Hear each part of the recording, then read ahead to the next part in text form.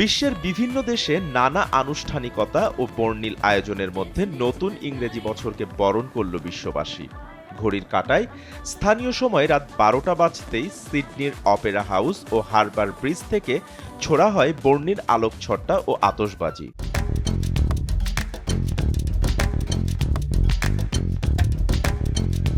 জমকালো আতশবাজি উপভোগ করতে ভিড় করেন অসংখ্য মানুষ। সেখানে 10 লাখেরও বেশি মানুষ জমায়েত হয়েছেন বলে ধারণা করা হয়।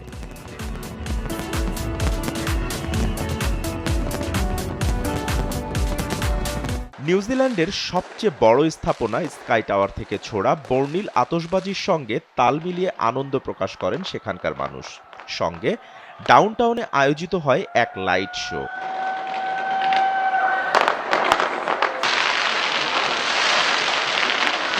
নববর্ষের উদযাপনকে ঘিরে নিউ ইয়র্ক সেজেছিল বর্ণিল সাজে।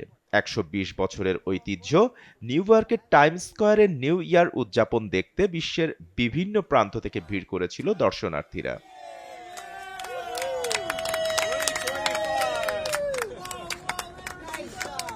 হংকংয়ের ভিক্টোরিয়া হারবারে রাত 12টায় বর্ণিল আয়োজনে স্বাগত জানানো হয় ইংরেজি নতুন বছর 2025-কে।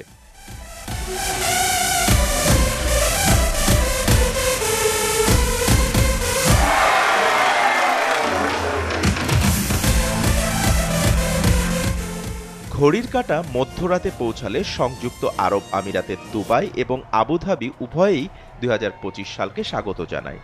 এ সময় আতশবাজির নানা প্রদর্শনী চলে শহর জুড়ে।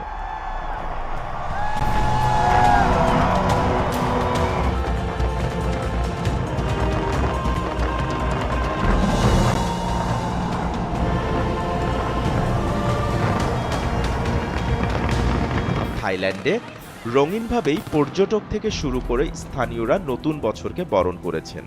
গান, পানীয় ও আতশবাজিতে বরণ করা হয়েছে ইংরেজি নতুন বছরকে।